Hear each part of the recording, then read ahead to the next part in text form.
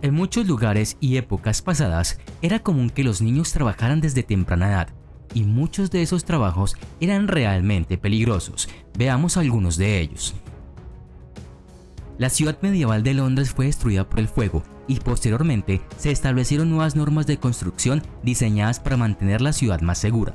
Las chimeneas tenían que construirse de cierta manera y con chimeneas más estrechas se volvió más importante asegurarse de que éstas no se taponaran después de su uso. Tradicionalmente, un maestro deshollinador compraba a un niño pequeño de sus padres asolados por la pobreza. En esos casos, el maestro tomaba al niño directamente de los padres y les pagaba unos chelines. Si bien esto también se llamó aprendizaje, los padres muchas veces nunca volvieron a ver al niño o sabían si había sobrevivido. Estos niños también provenían de asilos y se les llamaba aprendiz, pero lo que realmente ocurrió fue que el niño se convirtió en esencia en un esclavo que no tenía una oportunidad real de avanzar en la vida. Se decía que la edad ideal para que un deshollinador comenzara a trabajar era a los 6 años, pero a veces se usaban a partir de los 4. A la mayoría de los maestros no les gustaban los menores de 6 porque se consideraba que eran demasiado débiles para escalar chimeneas altas o trabajar muchas horas y morirían con demasiada facilidad. Pero tomados a los 6 eran pequeños y podían mantenerse así con una mala alimentación, lo suficientemente fuertes para trabajar y no tan propensos a morir. El niño subía por la chimenea con la espalda, los codos y las rodillas. Se requería que los niños deshollinadores se arrastraran a través de chimeneas bastante estrechas que medían 23 por 23 centímetros. Usarían un cepillo sobre su cabeza para quitar el hollín. Una vez que el niño llegaba a la cima, se deslizaba hacia abajo y recogía la pila de hollín para su amo. Los niños no recibían salario.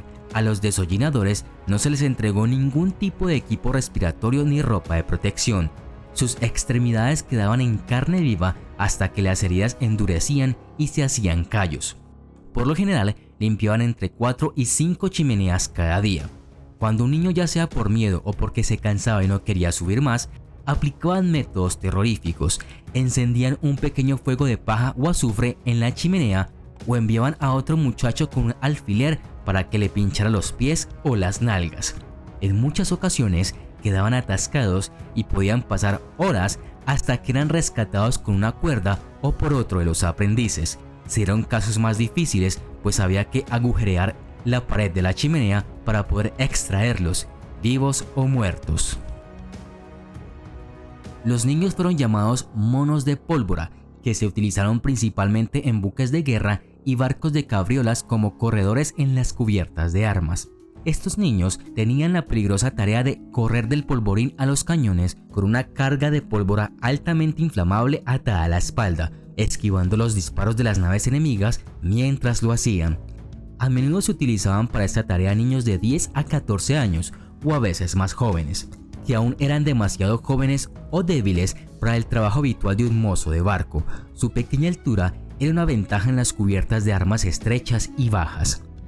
Los monos de pólvora estaban en el fondo de la tripulación del barco y a menudo estaban indefensos a merced de los caprichos de algunos marineros, contramaestres y oficiales violentos. Trajeron a los niños en cuestión a menudo huérfanos o fugitivos, en parte con trucos, promesas vacías y a veces también con violencia.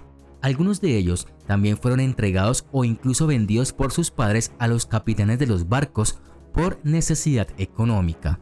A cambio de su servicio en la Royal Navy, estos muchachos no recibieron un salario, solo una cama, algo de ropa y una educación rudimentaria. Fueron reclutados en parte por la Marine Society, que enviaba de 500 a 600 de estos muchachos cada año a la flota naval británica. A bordo de un barco típico como el HMS Victory, había 31 de esos niños de una tripulación total de más de 800 hombres. Las fábricas de algodón eran lugares peligrosos para trabajar. Eran calientes, húmedas, polvorientas y extremadamente ruidosas.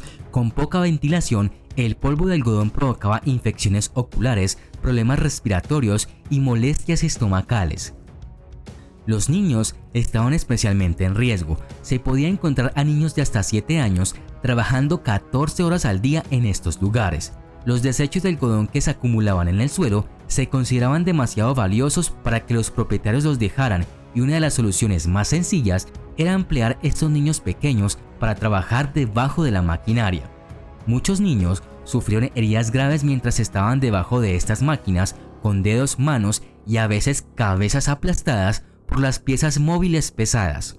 Esta función se denominó carroñero. Pasaban la mayor parte de su tiempo en las máquinas con poco tiempo para tomar aire fresco o descansar.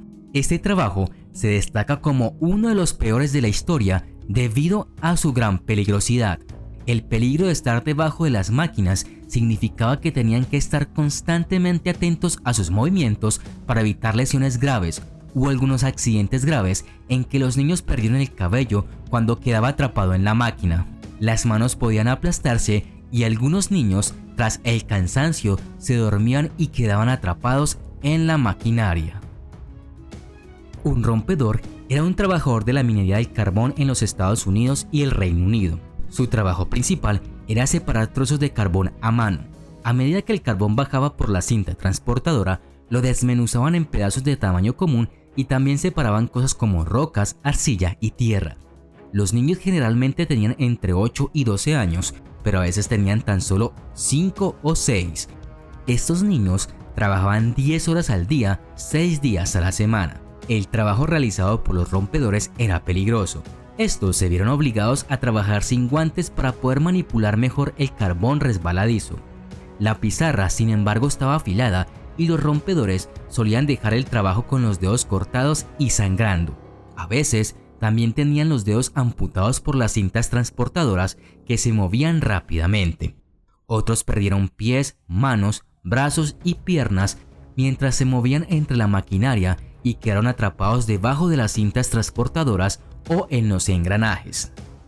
Muchos murieron aplastados, sus cuerpos fueron retirados de los engranajes de la maquinaria por los supervisores solo al final de la jornada laboral. Otros fueron atrapados en la corriente de carbón y aplastados hasta la muerte o asfixiados. El carbón seco levantaba tanto polvo que los muchachos rompedores a veces usaban lámparas en sus cabezas para ver, y el asma y la enfermedad del pulmón negro eran comunes. La idea de castrar a un niño preadolescente para preservar su voz hoy en día es con razón considerada terriblemente cruel e incluso bárbara. Sin embargo, tiene una larga tradición en la música y el último castrati murió en 1922. Cuando se necesitaban voces más altas para interpretar papeles femeninos y jóvenes, los niños tomaron los papeles en su lugar, pero los niños crecen y las voces cambian. Es así como la castración detuvo este desarrollo, congelando la voz como la de un niño. Sin embargo, la operación nunca fue legal, por lo que generalmente la realizaban cirujanos y dentistas clandestinos, mientras que las familias de los niños inventaban historias sobre por qué habían castrado a sus hijos, a menudo inventando accidentes inverosímiles como ser corneado por un jabalí. El procedimiento generalmente se realizaba entre las edades de 8 y 9 años. Fue increíblemente peligroso y doloroso. Esto fue antes del descubrimiento de la anestesia. Sin embargo, las recompensas por un castrati exitoso fueron significativas y para las familias pobres significaba una salida de esa pobreza. En el apogeo de la locura a principios y mediados del siglo XVIII, se estima que unos 4.000 niños eran castrados cada año. Alrededor del 80% de ellos sobrevivieron a la operación. Sin embargo, solo un puñado forjó carreras operísticas exitosas y el resto cantó en coros de catedrales o iglesias.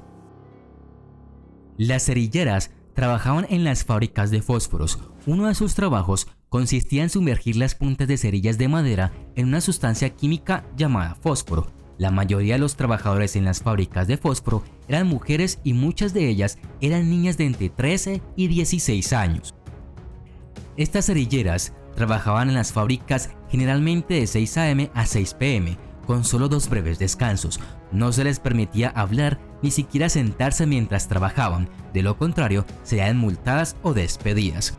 Las niñas solo ganaban 4 chelines por día, pero también eran multadas severamente si se les caía un fósforo, hablaban entre ellas, se sentaban, llegaban tarde o iban al baño sin permiso. A veces se iban a casa sin ganar nada. Sin embargo, la parte más peligrosa de ser una cerillera eran los químicos de fósforo. Trabajar con fósforo blanco era altamente tóxico y responsable de la devastadora enfermedad conocida como fósil de mandíbula. Este apodo fue dado por los fabricantes de fósforos a la condición particularmente desagradable que literalmente hacía que el hueso de la mandíbula se pudriera.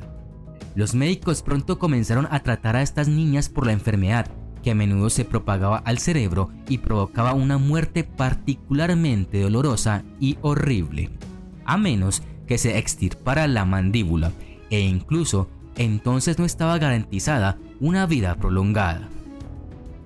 En la época victoriana, era de conocimiento común que las ratas transmitían enfermedades y se sabía que miles de ellas infestaban las alcantarillas, las fábricas y los hogares de Londres. En las temporadas en que las ratas invadían Londres, los cazadores de ratas tenían una gran demanda. Muchos niños preferían cazar ratas a limpiar chimeneas, trabajar en minas de carbón o vender mercancías. Una de las razones por las que la caza de ratas era popular entre los jóvenes era porque era lucrativo. Desratizar las casas solariegas y los negocios ingleses les daba a los cazadores de ratas salarios que oscilaban entre 2 chelines y 1 libra. Sin embargo, debido a que los cazadores de ratas tenían que hacer una inversión y al menos tener un terrier o un hurón, muchos cazadores de ratas eran jóvenes mayores. Evidentemente, ese trabajo tenía sus riesgos, ya que podrían ser mordidos por las ratas y contraer rabia o alguna otra infección.